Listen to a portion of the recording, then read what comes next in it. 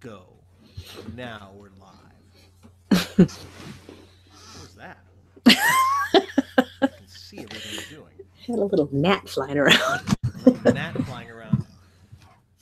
Because there's insect life, but there's not animal life. They made a distinction of that in this episode because plants need to be pollinated by insects. And the science advisor told them that. I just read about that. What are you talking about? Well, there's a fly flying around Shatner's face. Hello, everyone. Hello. Welcome back. Welcome back. You've been gone for a long time. No, we've been gone for a long time. I'm Mike McCafferty. I'm Kim Miller.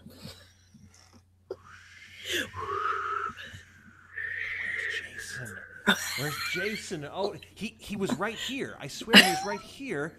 And I was thinking about Jason not doing the podcast, and then tinkle, tinkle, tinkle, tinkle, tinkling sounds, and he's gone. He ran through a hole in a hedge. Jason said, "Oh, my paws and whiskers," and then ran away. And then his wife came up and said, "Excuse me, have you seen a husband here?" And then I pointed with my finger and kind of a pointing gesture without questioning it. And then she ran after him, and I said, "Miller!" And then Kim ran up, and she said, "What's going on?" I said, "Did you just see what I saw? I saw Jason McHarris run through a glade." And I looked everywhere but where you were pointing. If you're wondering what we're talking about, good. This is a show called I Just Want to Talk About Star Trek. And if you don't know what we're talking about, good, but you should know. You should. Kim, what are we talking about tonight? Shore leave. Shore leave. Shore leave. We're continuing our quest for fun after the long drudgery of Discovery, off the long serialized drudgery of Discovery. We are proving that Star Trek can be fun by going to one of the most goofy episodes, but well-created episodes. I enjoyed this one. Actually, watching it again, it's so ridiculous, but it's so good. It's so bananas, but it's so much fun. And it has such good music. And the music is so good because we talked to Gerald Fried about Ruth, the theme song, one of the theme songs for Ruth, played by Shirley Bonnet, I believe her name is. And we've also talked about Finnegan in the past. But now we're going to talk about Shore Leave. We were going to talk about Finnegan in particular because we were going to have an episode on St. Patrick's Day, but we blew through that because what did we do, Kim? We went to a live performance instead. A live performance of Star Trek? No, a live parody show about Top Gun. What? Wait, what did we do? Oh my gosh. Free tickets, we couldn't resist. We got free tickets, yes. With special thanks to Aaron Blair. Yeah. And the rest of the gang, we got to go see a show called Tom Gun, a parody of Top Gun, which has no relevance on Star Trek at all. I don't think there's anybody from Top Gun which was ever in Star Trek. That could be interesting. Oh. And there was no one in that. There's got to be a 6 degrees of separation somewhere. There has to be. Yeah, there has to be someone who's in Top Gun who's also in Star Trek. I'm sure there was, but at least everybody I'm remembering, I don't think they were in there. But anyways, so we saw that, and we were going to podcast, but we had a little bit too much red wine. Our old friend. Our old friend Red Wine joined us. Not white wine. White wine is bad. But red wine joined us, and we went on this trip, and we didn't get a chance to podcast about it. But we're still going to be talking about this episode shortly because it is a good, fun episode. Mm-hmm. Kim, you saw it for the first time in a while. What do you think? Yes. I forgot, like you were saying, I forgot how much fun it is. It's just so silly and so many little things that you love about each of the characters are in this episode. Yeah, I had always presumed this was, this one, it feels like such a weird, it feels like an early episode. It's like number 17 or 24 in the actual airing. But it feels like an early one. And actually, it like script-wise, it started out in 1964. So it took a while to get done. Theodore Sturgeon. Really? Yes, Theodore Sturgeon, who was a much celebrated sci-fi writer, took a pass at this, and it took him a long time to figure out how to write for television. So much so that they went through many other episodes that they aired before they got to this one. And they also rewrote it literally on set.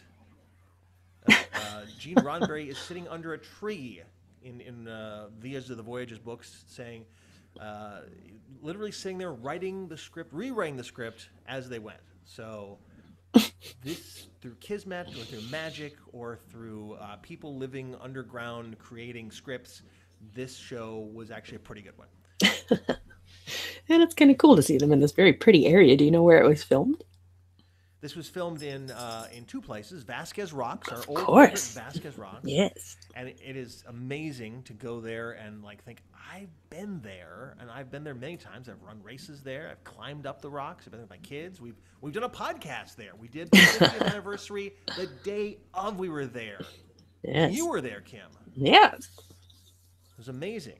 We climbed up there where Bruce Mars Finnegan was told to go up there and jump up and down on these very slippery rocks in boots. Like sandstone, or I don't know what the material is, but there's just fine layer of loose sand all over those rocks. So when you're saying that he injured himself, I'm not surprised. Well, he injured himself, I think, running around in Africa, USA, which is kind of like a wild... What's that? Oh, I thought you meant he fell in the Vasquez Rocks. No, I believe he was running around in Africa, USA, not USA for Africa, but Africa, USA, which was a wildlife refuge for like big animals, like big cats and stuff like that. And that's where they got the tiger from. The tiger on the chain, very obvious chain. I imagined a tiger with a chain coming after me. Yes. All right. So we're kind of getting ahead of ourselves. This is an episode where they show up. They've been very, very tired after 3 months of intense, non-specified adventure. A couple of times after all we've been through the past 3 months, we need some shore leave. And so they find a planet, this Class M planet, where there's just like plants but no animal life, and it's very idyllic and bucolic and Eden-like. And that seems like a perfect place to go ahead and have shore leave, because why not, right? And so then they're kind of checking it all out, and then things start going amok. Not amok, but amok. Also written by Theodore Sturgeon. Oh, nice. So I've done my research on this. So the first thing that happens is probably the most ludicrous thing, which is what, Kim? There's a giant white rabbit. A giant white rabbit, actually a giant white costume. Person in a costume of a giant white rabbit runs out. Oh, my paws and whiskers. Oh, my paws and whiskers, sounding like he had some challenges in his life. I like when he runs away and the actor inside clearly has to look down through the eye holes. So he lowers his head in this very weird angle and sort of limps away. Sort of does everything he can to try to escape the shot. Now, this is Bill Blackburn. This is a guy who appeared in many of the episodes as a extra, and he filmed a lot of stuff. So you can see remember some of those footage we've seen, like behind the scenes stuff, Kim? Like he had like a little 8mm camera. He made lots of footage. Oh, so, he did that. Yeah, he did that. So they literally sewed him into this rabbit costume. Really? Yeah. Sewed him in? Why? William Theis, the costumer, literally sewed this poor guy, this poor extra, out in USA, Africa, where there are giant cats, giant lions, and tigers prowling around. And they sew him because the costume designer hated having seams or having anything showing. So have like an obvious head sitting on top of a body costume or something. Yes. So he said, well, I'm just going to sew you into this. And it freaked the guy out. He got claustrophobia for the rest of his life because he's trapped in this rabbit costume, like out in like the middle of Antelope Valley, sweating to death. And he can't see because then they put a bow tie over the only place he can see. And he can't breathe. Okay, we're just gonna put this idea. But all right, it looks great. You look great. Poor guy getting paid like $30 a day or something for this. Just suffering. And then finally he rips the head off after like an hour of being in this thing. And then the costumer gets mad at him. He's like, I can't breathe in there. And like, And then someone else says, well, why Amateur. They're like, well, I suppose they put Velcro on it. And he's like, yes, put Velcro on it. What the hell are you talking about? So we have this giant rabbit run out that McCoy watches. And then, before we do that, so they're on the, we're gonna, so Kim earlier kind of gave me grief. What? About what? Because I sort of demand that she kind of like keeps track of the episode. So whenever I falter, I can say, Kim, what's next? And then she has something else for me to tee off on. But we're just kind of go ride roughshod on this. But, yes? No, I didn't say anything. You were hearing the little wind chimes in the back of your mind that play throughout the entire episode. You know how many times I thought that was coming from somewhere in my house? Oh, what, do you have wind chimes in your house? I have some wind chimes outside, of course, in my house. I walk past them very fast. Wind chimes.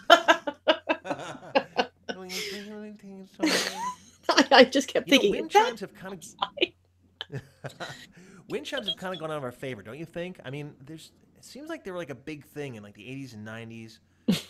Like I actually took my mom to a wind chime shop, I think, one time, or maybe we bought her wind chimes.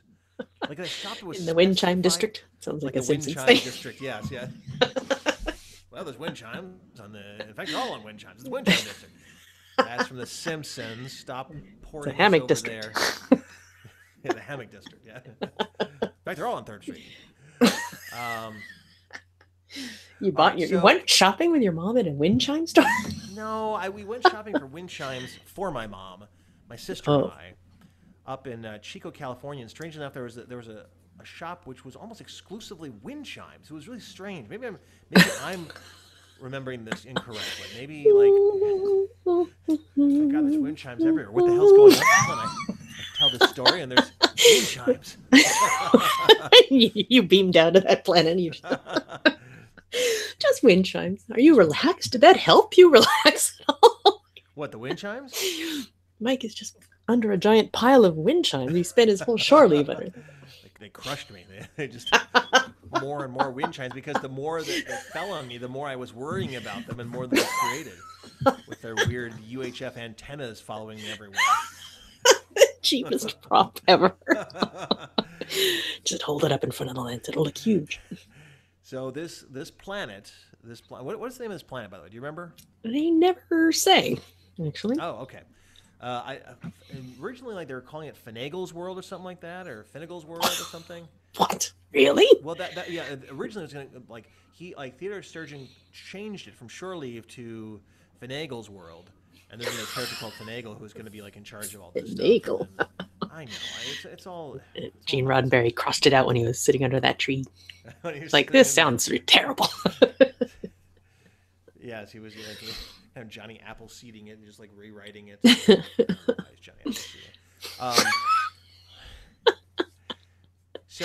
So first of all, we have Ensign Barrows in the bridge. We have to say that we have this weird back rubbing scene where Kirk has been working there's been so much discord and chaos in the past 3 months that he's got a sore back. And so he asks Spock to sort of rub it, or he sort of believes Spock is rubbing his back. Dig in there. Really dig in there, Mr. Spock. Really dig in there, Mr. Spock. That's fine, Ensign. Because she's digging on Captain Kirk for the first half of this episode. Yes. Yeah. The first half, she's all about Kirk. And then the second half, she's all about McCoy. Yes, and then never seen again. Never seen again. And here's the interesting thing about that, because I was like, well, this makes no sense. She's like, what the? She's just like, I'm just going to sleep my way to the top, No Kirk, I guess McCoy will do, But originally, the role was written for Yeoman Rand. And at this point in time, they had kind of excised her for whatever reason. The reasons are still a little mysterious, and so the script was still written for her, where she was still doting on Kirk, right? She's still like, I'll get that. Oh, that makes sense. Yeah, and then they recast it with this woman, Emily Banks, I believe her name was, and in the second half of the script, the director decided to kind of lean into the relationships a little more. Because you have this kind of Esteban and Angela, and then McCoy and Barrows, like everyone's pairing up in this kind of Eden kind of thing. It actually has kind of a nice little flow to it. I kind of like that. But it's death for her, because one of the producers said, "No, we can't have McCoy have this girl kind of chasing him around all the time." So she was gone. Really? Yeah. Jeez, through no fault of her own. Chop.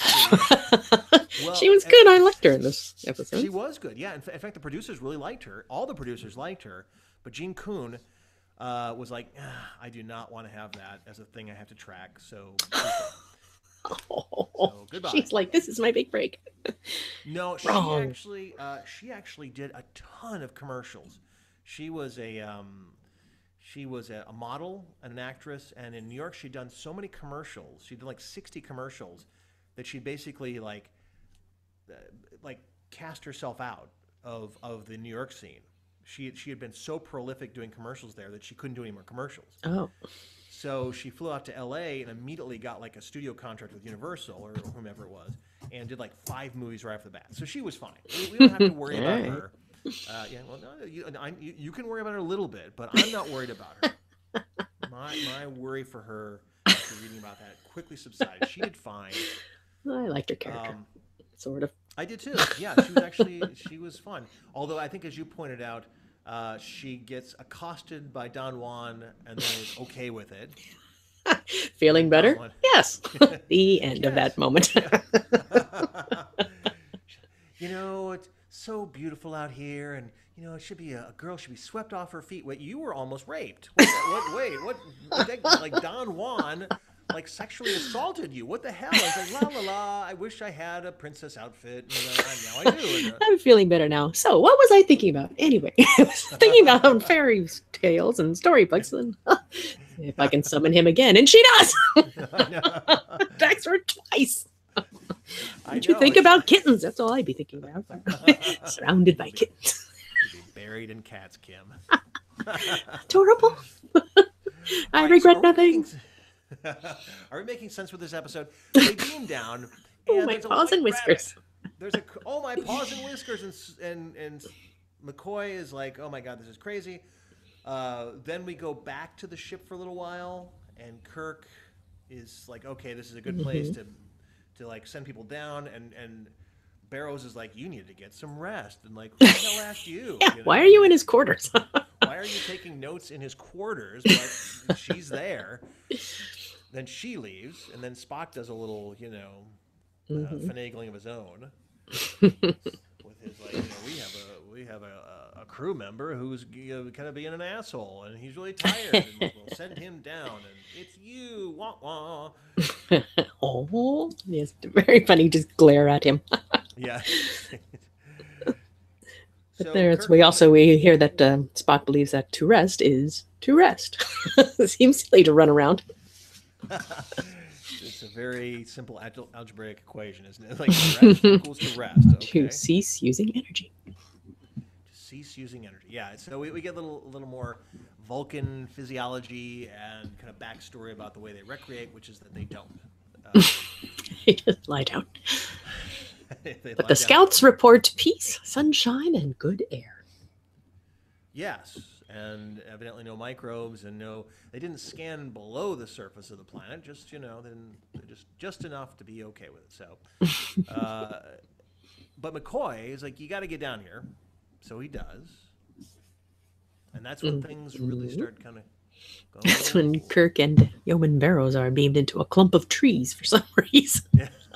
Not into a wide open field, the glade they speak of so much, but yes, the glade. beam me, pinpoint us right there between those 5 trees in that 3x3 foot opening. Well, I imagine they had a finite amount of vegetation they could put around, because like there's always like the same fern plants following them around. That's the real mystery. There's like 10 potted plants which they strategically place in both Vasquez Rocks and in Africa, USA, to simulate the lush vegetation that is found in the desert-like conditions of Southern California. And they spice them up with little splotches of red paint here and there to make it look alien. we'll talk about that because when Yeoman Barrow is attacked, she reports about it by this tree, which is oddly spray painted with splotches of red. And it's like they just kind of gave up. They're just like, you know what? We're never going to be able to spray paint that whole tree red. There's no other tree that's red here. Just walk away. But the tree's still red. No, just walk away. Well, they meet up with McCoy and they look at the rabbit tracks, which looks like the rabbit is just hopping with its feet together. Yeah. No one who's ever been, who was there has ever seen how like a bipedal rabbit would walk. They're presuming like this bunny hop kind of thing, and we saw him go, bup, bup, bup, bup, bup, oh my paws and whiskers, and then walk away. But there's still gigantic footprints, well delineated footprints in very soft, pliable dirt. And Kirk tells the ship that the shore parties need to hold off until they figure out this mystery. Yes. So then where do we go, Kim? Gunshot! And then this awesome running tracking shot. Very good. Yeah, now the director for this was never used again. I guess there was some sort of animosity between him and Shatner or someone ever, but he did a good job of shooting this. Oh. But yes, this great tracking shot of Kirk doing his really funky run. He runs kind of weird. Like he's got tiny arms. He's like little tiny like Jurassic Park arms. That's just what I picture. So he's running through the glade and finds Sulu. Yes. Doing what? Firing an old-timey gun. Because he always wanted one for his collection. Collection? Sulu has a gun collection? It's news to me. Well, Sulu in this one, this is what always made me think that this was such a holdover from many, many iterations and from the beginning of the series, is he's doing all this botany nonsense too. Oh yeah, yes. You know, he's like, you know, collect it. You know, I've got to collect some microbes and cellular tissue. Why? You're the helmsman now. What the hell are you doing? No one cares about that. That's right. What are you doing gardening out here? Like, Totally forgot Sulu that. Gardener. So Japanese. What Japanese stuff can we have him do? We'll have him garden. He'll garden, yeah, that's a good thing. Yeah, Fight a samurai. Samurai. Yes, he does do a lot of Japanese things. Although firing the revolver is definitely a kind of a weird. I mean, it is an interesting thing that like we never go back to. Never ever return to that, but it is an interesting thing that colors him. Well, I think it comes in later, so that because their communicators and phasers stop working, so it happens to fit in later on. And we talked about this before. I talked about this one time. There was in the old versions in the because I remember we've had this kind of debate. Like, did we talk about this surely before? And I think we've covered so many aspects of it. And one of the ones that I'll reset again is that I remember that I used to watch it when it was the broadcast version. They cut out like 2 minutes for time, and one of it was them finding like Sulu's gun. Oh. Because there was always a scene where it's like they never show that Sulu found a gun. They just cut that whole scene out. And then when the Black Knight approaches, Shatner just out of nowhere pulls out this revolver and shoots him. Did you always wonder where did that come from? No, because I saw like other versions. Like I feel like as we got into the 80s, like they pared it down more and more to make more room for commercials. Mm-hmm. So like in the 70s, I'd seen it. I'd known that like Sulu had that, but like I was like, what the hell? How can anyone know what's going on? Where he just suddenly pulls out this gun and shoots him. It's so weird. Well, I like how he just instead of telling Sulu, one adult to another, stop doing that. He just says, "Give it to me." Yeah. Fresh air seems to have made you trigger happy. Apparently he can't trust him to just follow orders and not shoot it. Let me have that, like a little kid. And yet, Sulu finds a loaded gun and just starts shooting in like random directions. So I almost give him a little credit for that. Target practice. Yeah, like where? I mean, like there's like who knows where everyone is? Like like first of all, the locations are so crazy. You walk through like a lush, like water-filled area to a desert in 5 steps. I also like during the scene that Yeoman Barrows looks so pissed off. Like, you made us run. Just don't watch her during that scene. She's just like, like, you jackass. Yeah, but they see more of Dr. McCoy's rabbit. tracks. Yes, more of the tracks, and so they decide to follow them in opposite directions, which doesn't make any sense. But for plotting, always a good thing to split up all your characters. It's a very Scooby Doo kind of thing, right? It's all right, Scooby, You and two Shaggy go find that the way. tracks. Yeah, and the rest of We'll us go back to the glade. back The to glade. The glade, yes. And this is where Kirk first encounters Finnegan. Is that right? That's where the 1940s TV antenna pops up as they're walking away. Right. But that's where they have this kind of cool little conversation between Kirk and McCoy, and they shoot it sort of like at waist level, looking up at them. Oh, that's interesting, I guess, to capture the blue sky behind them or something. Again, I mean, this is the second episode they actually used exteriors for in the series. The first one was from Miri. Miri. And that was like just soundstage, or not, but backlot stuff. This, like, they actually went to a location, and it's beautiful. I mean, it really is. It's, I think, probably one of the most beautiful settings for the original series, and probably actually for the next generation too, until they get to actually First Contact, when they're running around out in like Northern California or something like that. But yeah, it's really, I mean, trying to think. I don't think there's. Well, you know, actually, I take that back. Actually, when they shot the Paradise Syndrome with Miramani and all that sort of stuff, yes, like, that's gorgeous. That's a gorgeous location.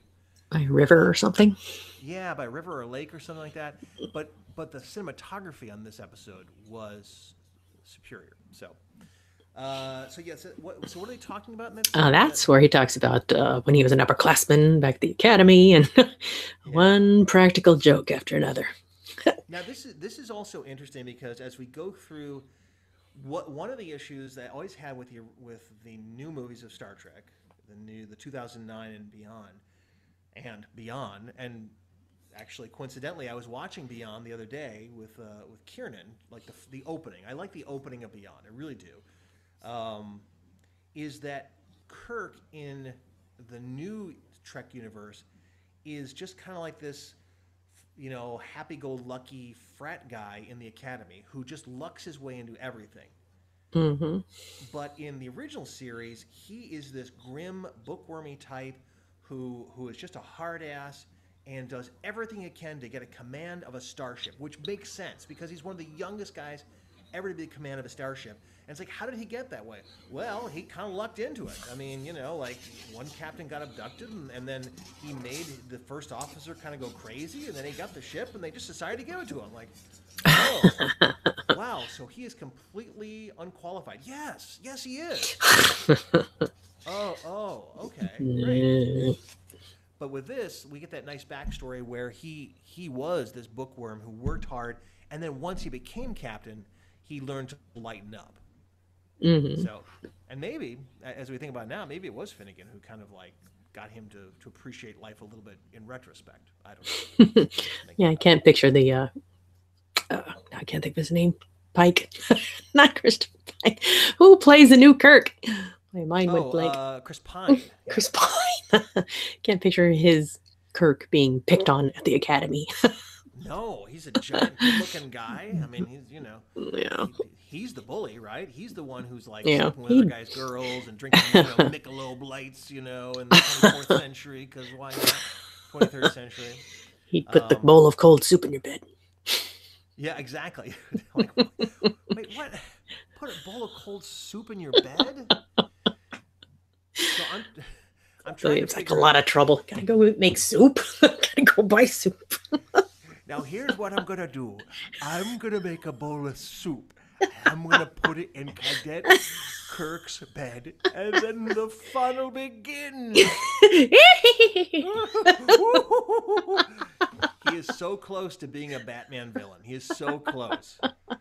Like if you do like a Dutch angle on the camera lens, and I mean he is, you know, the Irishman. You know, he is the leprechaun in fighting Batman all of a sudden.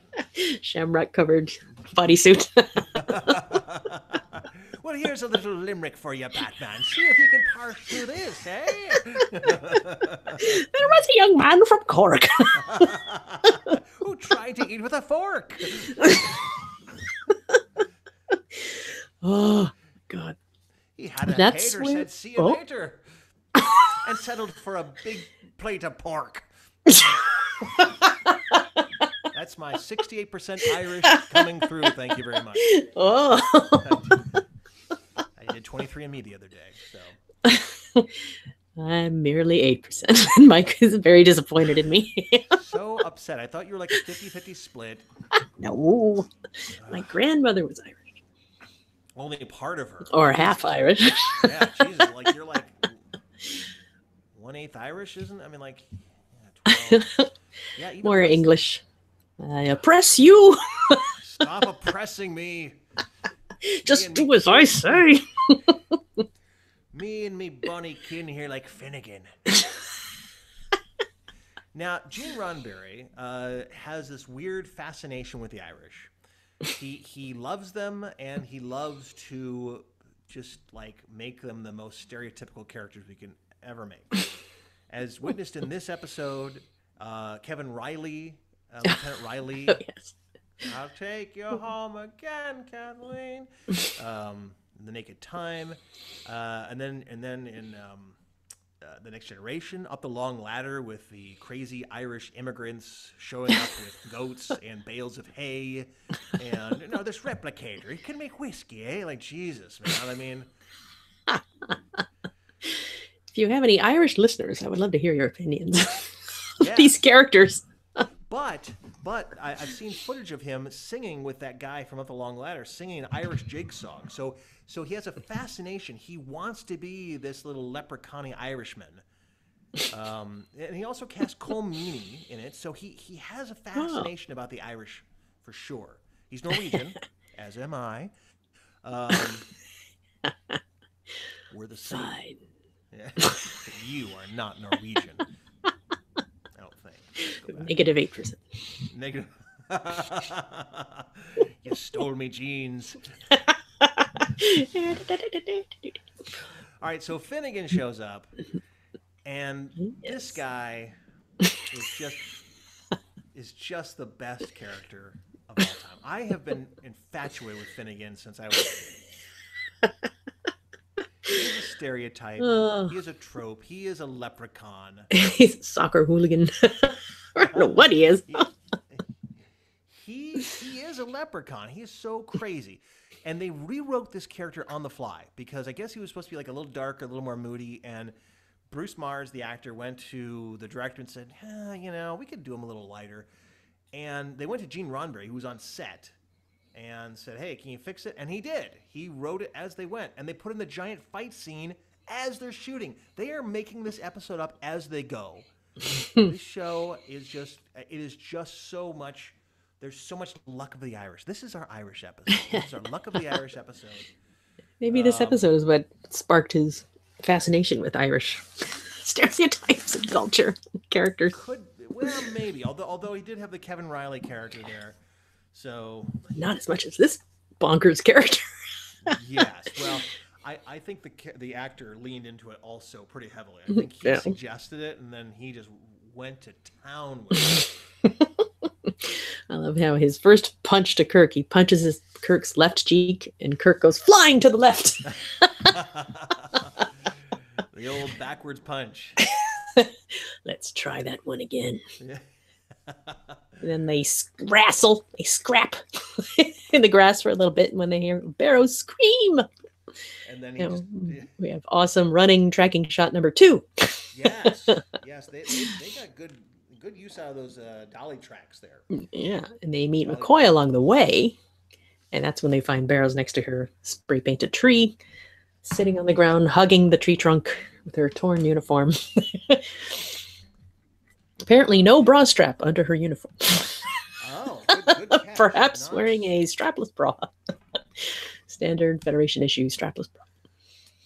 He had a cloak and dagger with jewels. Huh? Almost sounds like Don Juan. Like what? You sure you're not imagining all this? Yeah, of course, the girl is the one we're going to doubt, right? McCoy sees the white rabbit, and he's like, "Okay, I believe you. Yeah, okay, pretty good." And then Kirk sees a midshipman that he hasn't seen in 15 years, who hasn't aged one bit. And then Barrow's like, "You sure you weren't imagining that, miss. You know, I mean, like, oh, ladies, you know. Oh, he's dreaming things up. That's when he runs all the way to Vasquez Rocks. Yes. Oh, and then he runs to Vasquez Rocks after that. Mm-hmm. Yeah. Because he goes to look for Sulu. And that's when the antenna is watching him again. Oh, that's right. Yeah, he runs past that lake, with the antenna following him, and he finds Sulu. And Sulu. So this is such an episodic episode too. Oh, he hasn't found Sulu quite yet. He's looking for him. That's when he Okay. comes across all the greenery and stops to pick a flower. That's right. Yes, and that's when we get this great scene with Ruth. So one of his crew members is sexually assaulted. Another one sees a white rabbit. A midshipman comes up and physically accosts him. And then he sees a flower and picks it and smells it and totally forgets his entire mission. What is going on here? Ruth, I guess that flower reminded him of her.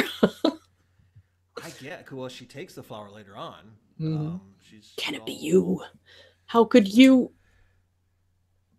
possibly be here? Possibly be here. How could you possibly be here? If people are talking about Shatnerisms, that's a great one because he just like holds on to that line and absorbs it in his cheeks and then spits it back out. Absorbs it in his cheek. How could you possibly be here? And if you haven't listened to Mike's Gerald Fried interview episode, when was that? When did you do that? Was that Gosh, that was like 6 months ago, I think. that recently? I thought it was Well, much I longer don't ago than know. that. Oh, look it up. It's quite worthwhile. It is. It's actually a pretty good interview. It's he's great, and gosh, he's in his 80s right now, and he's still very sharp. He did the theme music for something, for that. All right, well, we'll talk about that later. There's this weird fan film with a puppet of Kirk being circulated around, and Gerald Fried did the music for that. I'm like, oh no, it just Really? yes. But I he's can't- also the composer of the famous fight music from Amok Time, right? Yes, he was really good. His musical cues are amazing. And this music, I tell you, I have the soundtrack for this. I'm not ashamed to say it, that I played it many, many a time. And his Irish theme, like that fight music is so good. And the Ruth music is so good. And the medieval music is so good. I love all of it. Bum, bum, bum, ba-dum, bum, bum, bum, bum, ba-dum, bum, bum. Oh, yeah. And, Oh, like and from what I read, he only saw the episode twice and then scored the whole thing. He was just like, "Oh, got it, beep beep beep beep beep, got it." oh, it's good. Yeah. So where are we at right now? What's See, this is what you do to me. I know. So where are we? This is why I have notes. Well, I did it earlier and you missed it. I said, "Tim, where do we go to next?" And you just said, Oh. "Oh, we go to." Yeah, see? No. Rodriguez calls him. Esteban Rodriguez. Esteban. Sir, I saw a flock of birds. What's the matter, Rodriguez? You don't like birds? I like them fine, sir. It's just that not quite sure why he called exactly, just to report that there were birds, because they thought that there was no wildlife on this planet. Like this, like I guess for him, this is his first encounter. Mm. Well, I like them fine, sir. Which is I know we've talked about this before as well. We're just this episode. The reason why we're drilling down into this episode is because of, first of all, we didn't have anything else to talk about. Secondly, No. I want to keep the fun going. To kind of keep the fun going. And there's no third. There is no third. So, that's all. I like the empty air after. We'd like to keep the fun going. This is fun, right? You're all having fun, yes? Don't you like birds, Mr. McCaffrey? Oh, and you know what? Hey, here's a little endorsement here. You've got to go to our Facebook page. Check out our, because it's becoming quite lively. We've got all sorts of people checking out. And so I just want to talk about Star Trek Facebook page. Or head over to my Twitter page. And I got to remember that Bill Stratt always has all these great trivia questions that I consistently forget to pose. No. Kim, will you remind me to pose them? You pose, Okay. think about posing these. At the end of this?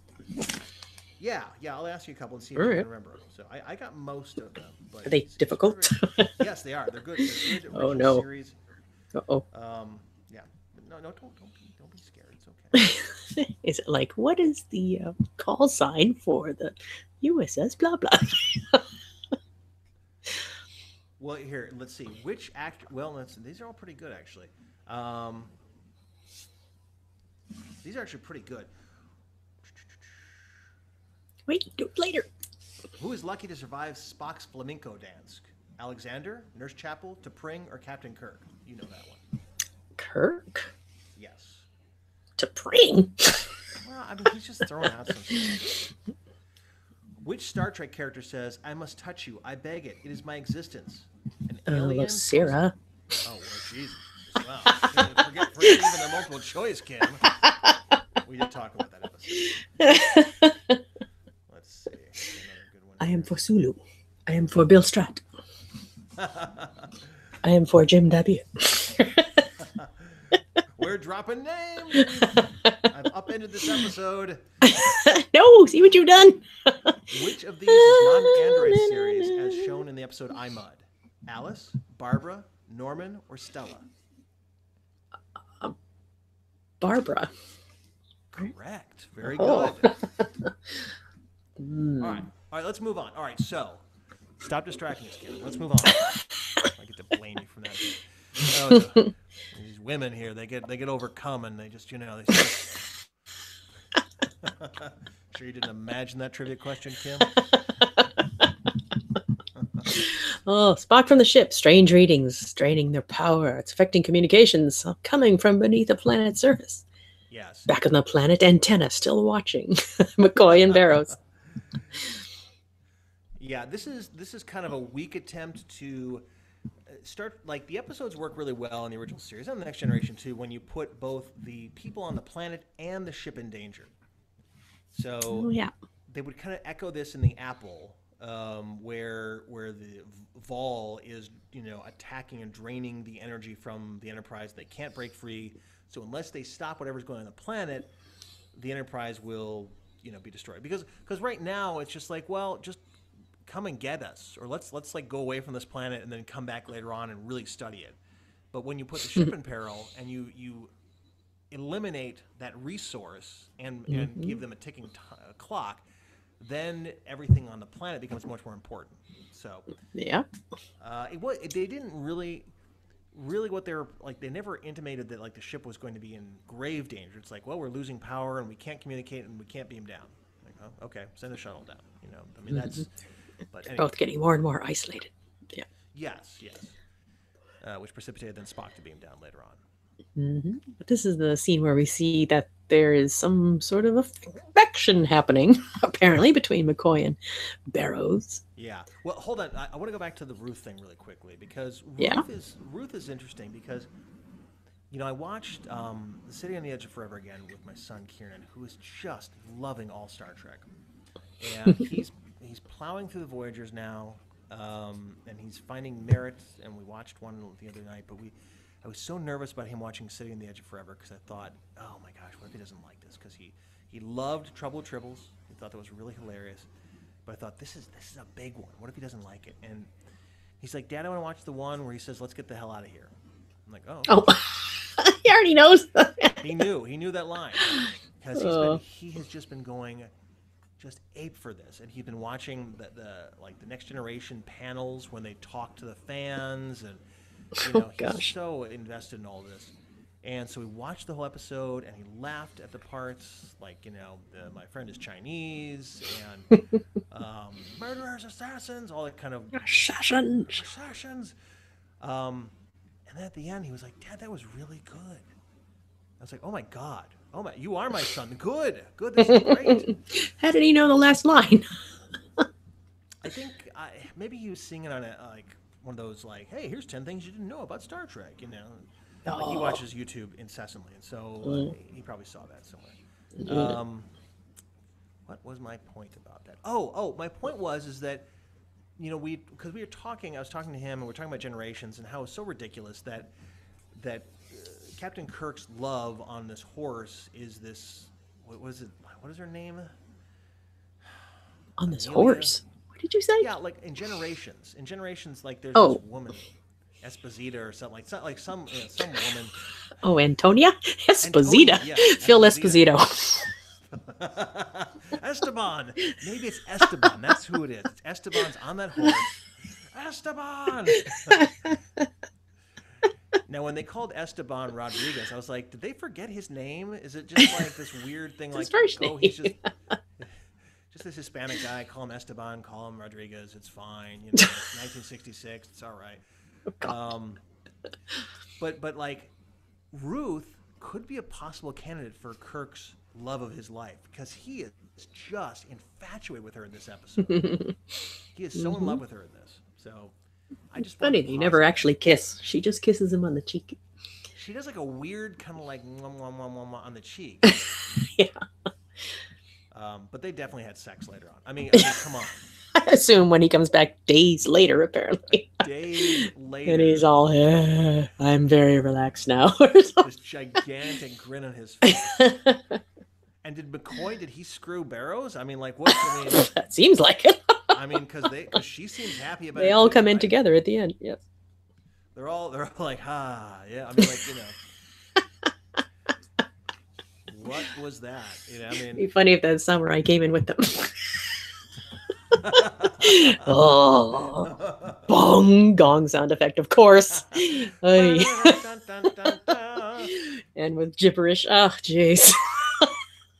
Yelling gibberish. Was there Anyway. gibberish in that? No. It's when he jumps out of that trapdoor. Oh, he wasn't speaking Japanese. He's just going, oh,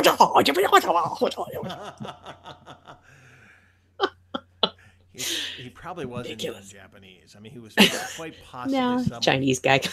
Yeah, Chinese guy. Someone from the Eastern Hemisphere of the world. Probably from Burbank. Yeah, from Burbank. Yeah, what do you want? Yeah. Can you like yell some fake Japanese? Sure. They probably dubbed it in later. Who knows? I just run some words. Yeah. Well, we're gonna have this really loud classic music open that whole scene. I know. Yeah. Possibly the one misstep in Gerald Fried's musical cue selection. I mean, Everyone's doing it to at be that time. honest, I mean, let's just be honest. I mean, the stereotypical music for Finnegan is also pretty like racially like charged as well. The Irish are so jolly. No, for 800 years they're oppressed by the English. Let's be clear about that. All right, they appropriated their culture and they erased their language. This is not a good thing. They were. Oh. Anyway, all right, that's my soapbox. All right, so let's. But in the scene where she finds the little dress on the bush, that's when we kind of see that. Oh, wait a minute, McCoy seems to be into her.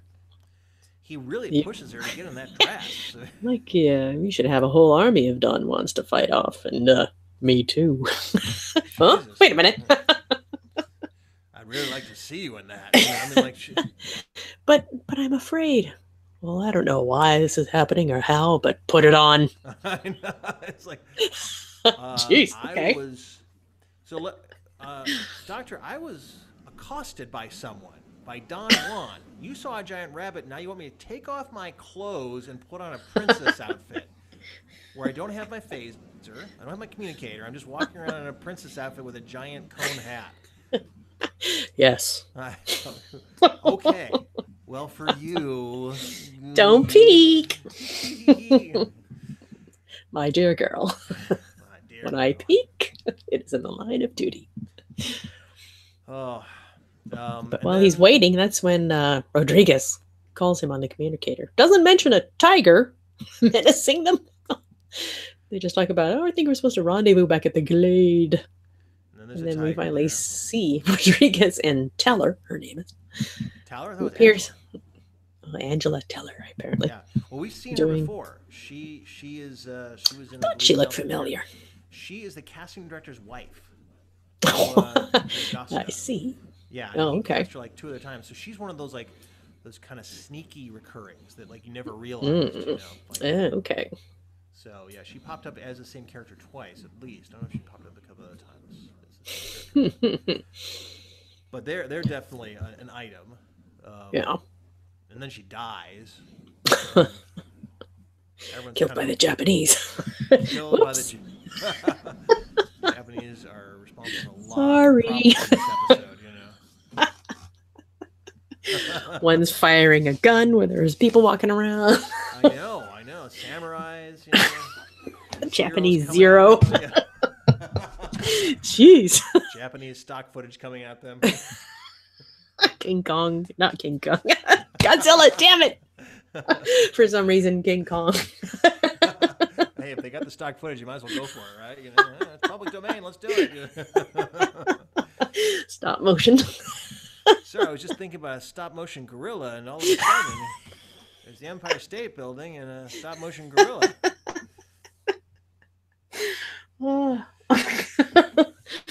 We're back in following Kirk through Vesca's Rocks as he's sort of recapping for us what we have seen.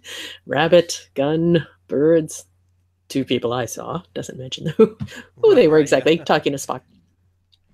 Sure they aren't hallucinations there. One flattened me with a club on the jaw. Yeah. That's when Sulu has his samurai. Bong! Yes. The samurai comes out and just kind of runs after him a little bit. I guess they ran out of time to film all that, so he's a non-threat. Although he swings that sword at Sulu pretty hardcore. I mean, like Sulu ducks out of the way, and like that thing is coming at him fast. Like Sulu kind of does a barrel roll out of the way, but man, that was. I was not kidding. He's like, hey, friend, next time why don't you go a little slower? Hey, okay. Still in character. Yeah. just put him in the rabbit suit. Who cares? Well, that's where we establish that Sulu's phaser is not working. Right. Because he tries to shoot it. It makes it for like a reason why Kirk has the revolver. Although it's a long way to go to get a revolver to shoot a knight. You know, it's a good thing I had this revolver shoot this knight. I mean, I guess it makes it more dangerous. So Spock beams down and explains a little bit more about the weird power field. Yep. And that they're all stranded until they can figure out what's happening. Yes. And then, is that when Finnegan shows back up again? Or? Barrows and McCoy are now holding hands while she's in her dress. Oh, right. Oh, yeah. And then the knight shows up. Yeah. And stabs McCoy in a very bad cutscene where McCoy is stabbed but does not have any kinetic energy from the lance. He just absorbs it very plainly, like, ah! This is 1960s editing, so horse charging, great music, horse charging, shot of McCoy, horse charging, McCoy shrieking, horse charging, goes away, McCoy on the ground. So a little bit reminded me of what's the Old West episode name? I always forget. Spectre of the Gun. Yes, where he says that hallucinations can't harm us. Yeah, actually, yeah, he was on board with that earlier, but he had doubt, and that was a real. I don't quite understand how he's like, wait a minute, Barrows is wearing that outfit. I mean, like she's wearing the costume, so if he thinks this isn't real, then she should be naked right now.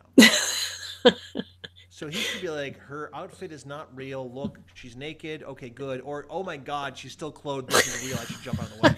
Or maybe he also imagined a fairy tale dress, and that's what he sees. Even though she is naked. Ah! Oh, all right, well, now you're building all sorts of Jenga kind of logic here. We're writing the episode as they went. Let's just be okay with that. The script is written in pencil in the margins of the original script.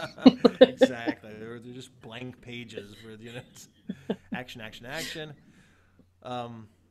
But it increases the stakes, and then they find out that the knight was actually this weird like House of Wax creature. That...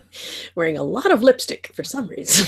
Like, why did they make it look like that? What a makeup.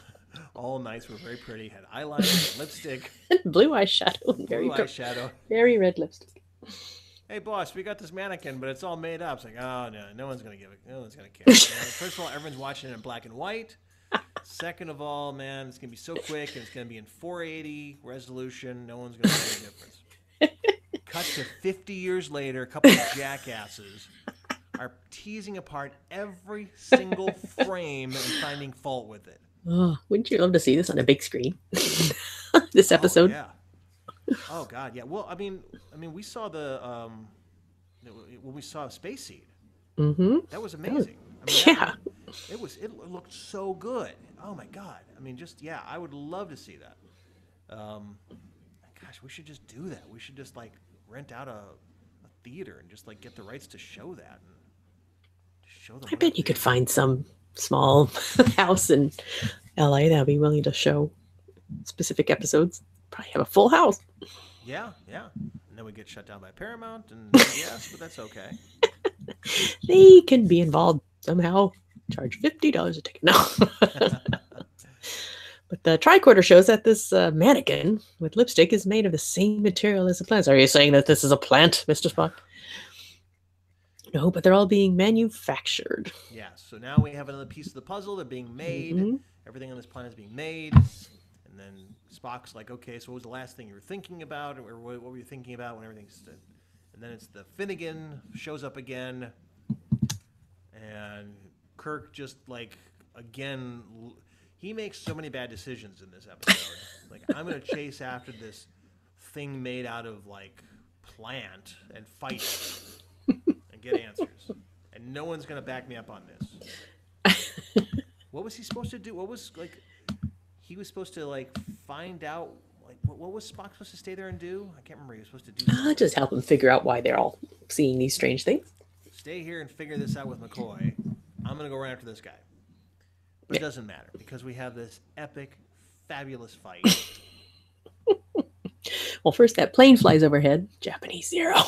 Oh, yeah. Japanese kills Angela. And while they're all looking up at that, then McCoy and the knight, their bodies disappear.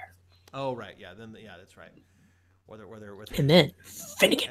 And then Finnegan. Yeah, and we should point out that, like, Angela, she just dies this very unglorious death, which no one cares about. Like Esteban doesn't even like tell anybody. He's just kind of like runs up and like Angela's dead. You know, I mean, like he doesn't say that. He's just like you just report Angela's dead. Okay. But she shot in the back by a plane. What? Now they were running in between the bullets. I clearly saw that, so I don't know how that bullet got her. I don't know where it got her. She imagined that she got hit. This is true. Yeah, it's all. Like Chekhov, Inspector of the God. Yes. No, she got shot by a plant bullet. Strange tree bark bullet lodged in her back. And they fixed her because that's okay. This is like Westworld. You know, it's like Westworld where except for the humans die and then they just patch you back up. Yes, Finnegan makes his final appearance before chasing him away, scampering away over that rock that clearly looks like it was brought in, which I really liked. Very conspicuous rock that he plants and jumps off of. Like he gets like some air, and Shatner's like, "Nope, I'm just gonna hurdle it."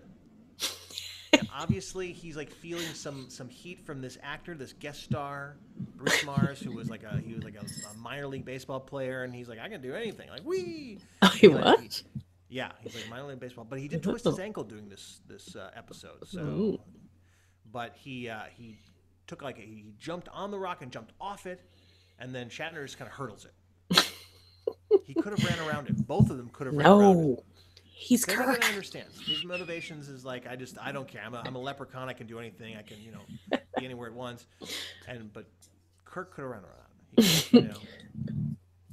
But then tracking shot of Finn where you have the camera shadow and the shot. Yeah, so the camera shadow and the cameraman kind of in this frame, and as they're running past that island or that lake again, And then like the geography gets really strange because like they're all of a sudden back at Vasquez Rocks, Yes. back in this, you know, chaparral kind of desert area. Um, No water for miles. no water for miles. And then somehow Finnegan is everywhere. And he is a leprechaun at this point in time. There's no Yeah. question about it. Oh, you know, remember my Channel 101 episode, The Leprechaun? You've seen that. I've shown that to you a million times. I'm thinking of your friend who, what's his name? That guy. Oh, go on. What is that? No, The Leprechaun with Jason, remember? Oh, and Kit. I don't remember. You don't remember The Leprechaun with, what are you, Filipino? Oh, okay. My God. That I do remember. You've done so much. It's hard to keep track of it all. But the intro music for that is from this episode. Oh, of course. Yeah. That's such an inside track there. No one has to pay any attention. Exactly. To that. Cut that right out. You'll see a lot. If you search for Mike McCaffrey the Leprechaun, you might find it on the internet. I doubt it. But it's one of the first things I made for Channel 101 maybe 13, 12 years ago. It's pretty bad. But Thank God you brought it up. Yeah. But this very extended fight scene, you said, how long does it go on? 6 minutes? It's like 5.5 minutes or something like that. It's like 5 minutes. It's like 10% of the entire episode. And first of all, he pops up everywhere. Like he's on rocks, he's everywhere, and then he's just kind of lounging on a rock. Many glorious shots of the stuntmen on both sides. Again. Oh, I want to see this on a big screen. 1080 does not serve this episode well. Oh. I love Kirk's like, I want answers coming up, and then he just like leaps on him, you know. Like that is not the response I want, but he just like when we saw Space Seed on the big screen and when they had clearly stuntmen filling in for these fights, people just started laughing because it was so obvious. It is so blatantly obvious. Oh, it's fantastic. I mean, if you watch it on the small screen, you can still kind of tell when you watch on the, I mean, with low resolution, when you watch, because I mean, even back in the 70s and 80s when we were watching, we all knew that it was not a huge secret that they swapped out these stunt guys, and it was a bad swap. I mean, it was like, well, this guy's like 40 pounds heavier than Kirk. 40. And 3 inches shorter, but I think it's fine. So they have this big old fist fight. Is that a guy thing? Do you just want to fight somebody? Will that make you feel better if you were to fight some guy from your past? Is there anyone that bedeviled you 15 years ago? Yes, there is. Yeah. Would you just love to get in a big fight with him? Roll around. I mean, there's a guy, he's actually probably Irish, actually, who I had a fight with in 8th grade, and he beat the tar out of me. He beat the tar out of me, and it was so upsetting. And I just like it just like, and I just like just once, just deck him. Like that's my fantasy, you know. It is a real thing. Well, I mean, like it's. And the weird thing is like a few years ago, he actually tried to friend me on Facebook, and What? I know. I'm like, what the hell? You write back, screw you. No, it was so like it's like he caused me so much emotional distress after that because I was just like, Oh, yeah, it sucked. It was like because when you lose a fight, it's like man, they had to like be with that person for like the next 5 years or whatever, and it just sucked. And then like he friended me like a year or two ago, and it was so strange. And I was like, why are you doing that? And I just sat. I didn't know what to do. Like, do I accept it? Am I the bigger person? Do I reject it? And like, aha. And it's just sat there, like in this quantum state, which I think makes me the happiest because it's just like I have like this strange sense of power now. Because it's like, you want to be my friend now, but I don't have to make a choice on that. I don't either have to be the good guy or the bad guy in this. I just have to be like, I don't have enough time to make that decision. Although I've thought about it many times. So, if you were to meet him as an adult and just have this huge, drawn-out fist fight with him, where you're both exhausted at the end, would you be like, I feel better now? I think, I mean, like, obviously, like, Finnegan is just like the quintessential asshole here, right? He is just such, like, if a guy showed up like that, you know, like, I mean, there's a couple of people I can think in my life who, like, you know, if they showed up like that, I'd be like, yeah, I think I just want to beat your brains out. Like, not cause you serious, like, permanent injury, but to best you and to make you say stop, all right, you know. And to be honest, this is, I mean, guys do fight like this sometimes. There is that kind of, you know, Emotional release of it physically is. It is. I mean, hitting someone and or being hit. like getting out your aggressions like in a physical manner, like, and I don't want to be like gender specific, but like in my observations with my wife, like there are many times in like female like situations when there's frustrations, they're like, you know, that there's a level of subterfuge and deception, and I want to say cattiness to some degree. And with guys, it's like, man, if he says it one more time, I'm just going to beat the shit out of him. You know, like, which is not a progressive, developed thing. But on the other hand, when it's done, it's done. And it's like generally the guys can like shake hands and like be okay. At least that's the ideal Really? situation. Mm. I mean, I've had fights with my friends when I was a kid, and then we'd be okay. Like You know? fist fights? Yeah, like my friend Bill Ours, we had a Ooh. fight. I lost, and then we were okay after that. You know, it's just like. Oh. And then I had Is a he fight on your with- list of personal Finnegans that you'd like to see again and just slug him one more time? No, he was okay. He was fine. He was okay. And honestly, I mean, you know, it's like, I think this is also kind of a mid 20th century kind of vibe as well, where it's like we're gonna settle this with our fists. You know, we're gonna give each other Yeah. concussion protocols, and then we'll settle this like men. And it's an archaic idea. It is kind of a duel. You know, it's like Alexander Hamilton. They used to shoot each other, and then I think in the 20th century, let's just punch each other, and then whoever is still standing. Well, I mean, superhero films are the exact same thing. You know, Yeah. it's like I have a philosophical difference on how to run this planet, so let's fight. Let's punch each other, and then whoever wins that is correct. Superman versus Zod for 45 minutes. Oh yeah, like yeah, exactly. Yeah, and all this, both Superman iterations. It's like I want to rule the world. You can't do it, so let's punch, and then you know. I mean, I guess in those, like there was a clear, you know, like they died he died in the second one. In the first one, he sort of fell to a uncertain end, I guess. He fell to the weird fog. Oh, I was thinking about the more recent movie with Yeah, Henry in the recent Cavill. one. Yeah, well, he snapped his neck, which is like, what the hell, Superman? Jesus, man. I mean, I thought we didn't kill. I thought that was like kind of canon. Zod is his Finnegan. Zod is his Finnegan. This is true. Yeah. Well, But Kirk didn't that's kill him. probably on your. Did you say there was a website that just has all sorts of tropes, TV tropes or movie tropes? That's got to be in there. Just the huge, complex stories boiling down to a fist fight between two guys. Well, I mean, Captain America: Civil War. I mean, it comes down to Captain America fist fighting Tony Stark, and eventually Captain America wins and walks away, and I guess he wins. I mean, wait, it doesn't work like that. Like if a criminal beats a cop in a fight, it doesn't end. It's like, well, he beat him. I guess he Thor wins. fighting Loki. They all fight each other. I mean, that's Picard fighting the Nexus guy. What's his name? oh, Sauron. Soren. Well, but like, I mean, there is also the. I mean, if we're looking for like an analogy to that, it Or I is, should say Kirk fighting Soren. And he killed him.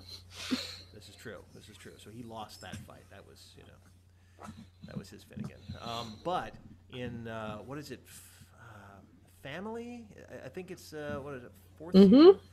When his brother. Yeah, fights his brother Renee. Is that like they fight out in the grapevines In the vineyard. in the vineyard. The vineyard. We've got to go back. Yeah. What? Yes, red wine. We've got to have our got to go to the vineyards and start drinking red wine again. But they have that conflict, and so and then they're okay. And for Picard, he's like, okay, I'm okay with the Borg now. It's all good. Like, really? Really? 39,000 people died, and you just need to fight with your brother. Okay. I don't know if he's okay with the Borg, but he needed to let that out, I guess. It's all about letting out that aggression that you've been holding inside for years and years. Well, they said I can't remember if it was Brandon Braga or I can't remember who it was, who who was the showrunner at that point in time, said they did not want to have Picard kind of laboring over the Borg situation and all of that. Like, even though it would have been fascinating to have that as like kind of a recurring theme of like how he's dealing with it. So they kind of swept it under the rug with that episode. Yeah. It was, I forgot, was that before or after he's the There Are Four Lights episodes? that is before. Yeah, he's been through a lot of emotional trauma. Yeah. Interesting. Yeah. So, and he deals with it very well. He just kind of either plays a flute or he fights with his brother, you know, talks to Deanna, you know. Yes. I mean, I guess like in the Four Lights one, he does seek like counseling, which is, you know, the correct solution. But he's fairly reserved about it. He's like, you know, I did see 5 lights. The end. Oh, okay. I started to believe I did see 5. Yes. 4 lights. Oh, that was good. Has Kieran seen that one? Yes, he has. Yes, he's seen that one. Yeah. Oh, he's that's seen good. it. Yeah. I don't think he had proper context of like Picard and all that sort of stuff at the time. He's jumping around like his father. He may be. But he is settling on Voyager quite a bit now, because he loved Next Generation. He's not a big fan of Deep Space Nine. He's liking Enterprise. Like, Dad, I really like Enterprise. I'm like, all right. A child shall lead them. Yeah, that's some good moments. I actually do like Enterprise. I do like the 3rd and 4th seasons. The more I dig into it, I'm like, there's some really good episodes here. Much maligned, but all right. So let's wrap this up. He has his knockdown drag-out fight with Finnegan, and then he gets that final clue of what is it? I'm exactly what you want me to be. 15 years. What are you doing here? Being exactly what you want me to be. And then Spock shows up. Yep. Did you enjoy yourself, Captain? Ah! Yeah. Where'd you come from? Why didn't you help me fight? And where did Finnegan go? He just kind of like evaporated into the dust or something, right? Yes. Back in the trapdoor the samurai came out of. Down here. I fought him, yes, it's all right. Oh. That's when he goes, shh. Like when you mentioned the tiger, Captain. Wearing a chain behind you. Yeah, then they have this weird kind of like greatest hits of everything. They have Yes. the tiger, the airplane, the samurai. Bum, bum, bum, bum. Don Juan reappears, grabbing Barrows. With a smile to his face and no lines. Sorry, extra, no lines for you. No Screen Actors Guild pay for that, sucker. But Kirk shows up and he runs away. And then Kirk lines them all up. Standard attention. Clear your thoughts. And to be honest, like that Don Juan who says nothing but just smiles with a sword waving at you is terrifying. The more I think about it, he just says nothing. He's just like this demon who just brandishes a sword. Oh my God. If he started talking, he's like, "Yeah, come over here." I got a sword. Come on. That British soccer player, the really good-looking British soccer player. Oh, which one is it? Married to Spice Girl. Beckham, David Beckham. Yeah, David Beckham. Like when he speaks, you're like, oh, he has kind of a goofy voice. He's so gorgeous. Starts talking. Hey, everybody. Silent film star, David Beckham. So that's when this weird dude wearing some sort of 70s leisure house robe walks out of the bushes. I'm the caretaker. And one of our favorite interpretations of the line Sulu, like he knows everyone's name. I mean, Spock, Barrows, Sulu, Sulu. Just, He touches Barrows on the chin because that's what you do with women. We love that. God. When strangers comment on how adorable our great faces. Smile, honey. And one of my favorite things in all episodes of the original series is when Leonard Nimoy puts his hands on his hips, his fists on his hips. Somehow I just love that. I don't know why. It's such a stance of exasperation and You moron. So to see Spock doing that, I get very thrilled when I see him do that. So he does that through this whole scene. As he explains, it's like an amusement park. Of course. He's like so fed up. I believe the term is amusement park. Of course. Yeah, this is like very fey, interesting guy, and then this strange moo comes out and he's just so jovial, you know, and just brings back McCoy and Angela to life. Although there's no fanfare, and she gets no surrogate, you know, no prostitutes to walk out with. Some classic Star Trek costumes with the Playboy bunnies and the yellow and pink feathers just covering the boobs. Yes, with a trumpet, a muted trumpet. Wah, wah, wah, wah, wah, wah. Should have asked Gerald Fried about that. Did you talk to him about his sexy music? No, I didn't. I should have. We need to call him back because I think he was moving to Massachusetts or something. Oh, right. He was in the middle of a move and he said, call me later. Yeah. He was a very good sport, though. He talked for a long time. He did. Oh, my God. That was so wonderful. Also, Shirley Bone, who plays Ruth, is still alive. And I talked to her. Yes. Yes. Kirk's other love. Oh, we haven't had any actors on the show from the shows. For a long time. Yeah, we should definitely do that. Yeah. And we need to get you on there as well. To talk to her because it'd be fabulous to talk to her.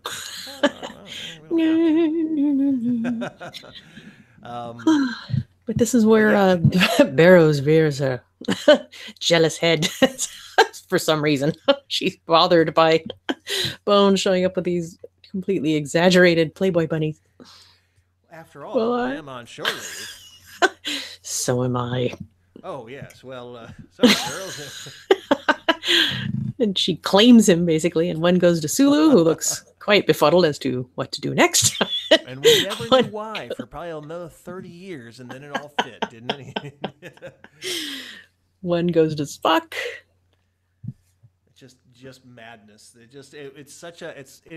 It's a very Shakespearean kind of like send off where all is well that ends well. Everyone ends up with someone, you know, like everyone pairs off, you know, and then even Kirk gets Ruth at the end. Then the caretaker says, yeah, go ahead and bring your people down if you use the proper caution. People can enjoy. It just seems like recipe for absolute chaos. He gives the okay for them to come down without warning them. By the way. If anyone has ever played games like Grand Theft Auto or any game where you can use cheat codes, it's multiplayer, it goes downhill so quickly. I mean, it just starts killing everybody. everyone's killing everyone else. People are like they're giants, they're animated characters. Type in Ugandan Sonic the Hedgehog VR chat room now, and it's what is that? Oh, it's the most bizarre thing. People are in these VR chat rooms, and they all pick these avatars looking like Sonic the Hedgehog, and then they talk like they're from Uganda, and they all like harass someone, and like other weird characters in the list, like Iron Giant, and there's someone dressed like a Dragon Ball Z character. Like this is all VR avatars, so they're all running around, and then all these like hedgehogs start running after you. It's like you're the queen, and then the avatar tries to run away from all these hedgehogs. It's so bizarre. God, like, nightmare. The queen. Yeah, it's a nightmare, and I can just imagine putting 430 crew members on a planet where anything can happen. No one person who can control his thoughts has stayed on the ship. Yes, the one person who could probably handle it. Because like someone's like, you know, I was just thinking about the atom bomb, and boom, you know. Like they're all dead. They'll all be dead. It's like what happened? Within like 10 minutes. Looks like an atom bomb. Boom. Hey, what happened over there? Looks like 2 atom bombs. Boom. You know, I mean, all one after the other. Can't stop thinking about nuclear explosions, and they all just beam down like, ooh, I hope there aren't snakes around. Ah! They need to do it like on easy mode with all the safety settings on. That's what they like the caretaker be like, you know what? We're gonna turn off all the death.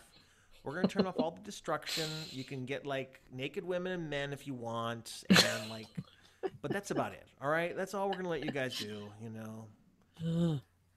my favorite little moment where Spock says, "I will go back aboard the ship and take over, with all due respect to the young lady." Who is a plant-based creation. So why does he this is like plant fiber he's talking about. And Ruth comes out of the bushes. Yes, runs out of the bushes. I wish Finnegan would have come out and grabbed her. I was like, ah, she's mine. Hey, Popeye came in. She's mine, gold now, Jim.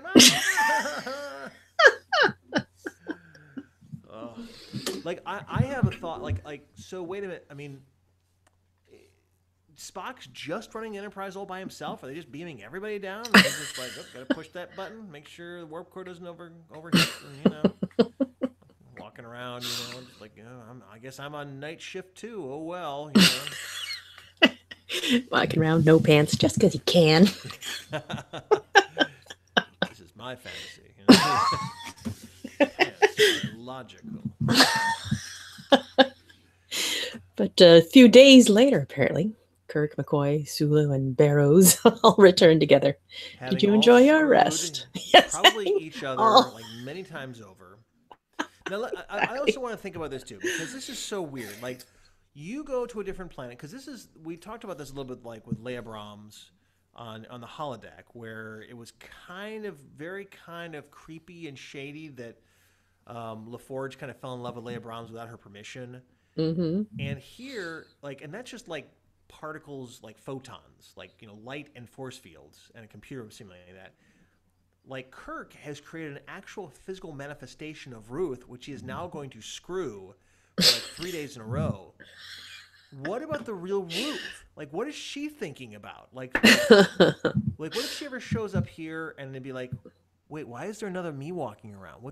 What the hell, I mean, what about Finnegan? What if he's like, man, I got my life in order. I'm feeling good. And it's like, what? I quit drinking. I quit tormenting people. Yeah, I mean, I've become a therapist. I mean, I've really dealt with my issues, and now you're dredging this back up, Jim. I mean, I really wish you would have talked to me about this. I really wish we could have been adults and talked about this. Lawsuit planet. Yeah, exactly. The lawsuit moon orbiting this planet. Just filled with lawyers.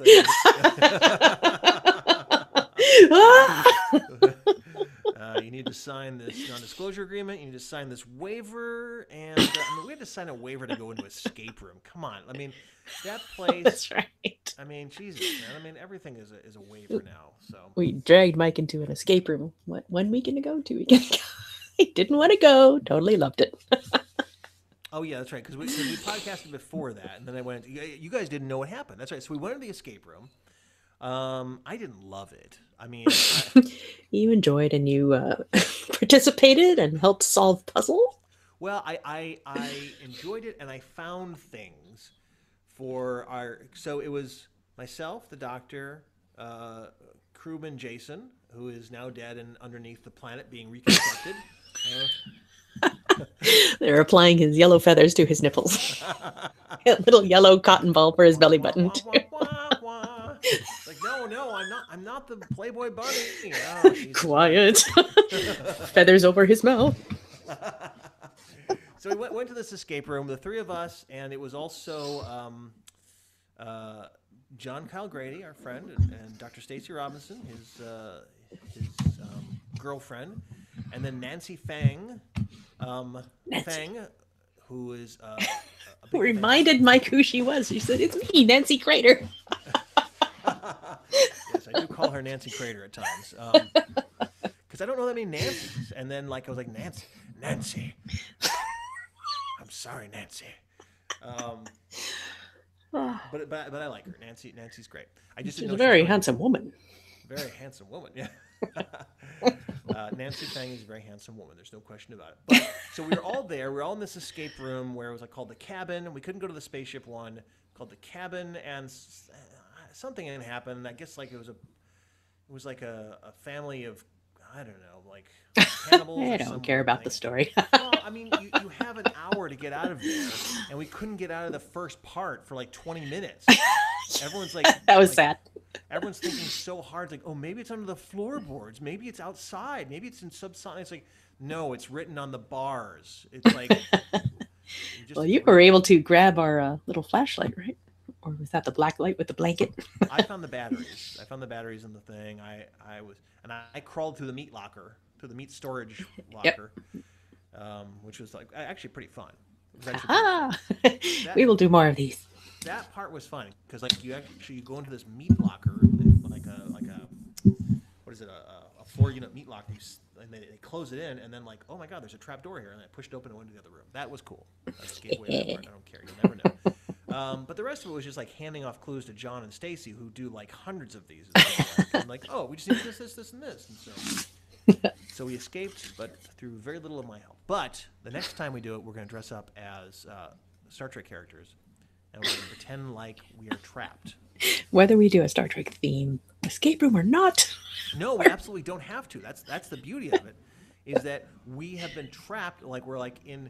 It's sort of like we're doing like Spectre of the Gun, or like one of these like we're alternate Earth things, or some sort of alien creature like Nagilum has trapped us in something. We had to figure our way out. Nagilum. Yeah, we're gonna do that, or Fear from the Voyager episode. So we wrap it up at the end. Everyone has a good time, and then Everyone's had sex with everyone else. Everyone's had sex with everyone else. Spock has put his pants back on. Yes, and then we had the lamest joke, where he's like, "Did you gentlemen enjoy yourselves?" "Yes, we had a good time." "Yes, a very good time." And then he says, "Most illogical," and then they laugh at that because that's not funny. And no, is it funny? Boop, boop, boop, boop, boop. He gets the kooky music treatment and everything. Yeah, and Shatner keeps on laughing. He's like,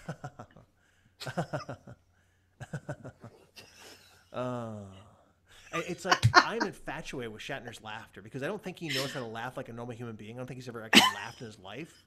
I think he's a plant-based creature that like basically like replicates what he sees, and laughter is the one thing he can't do. So like Data.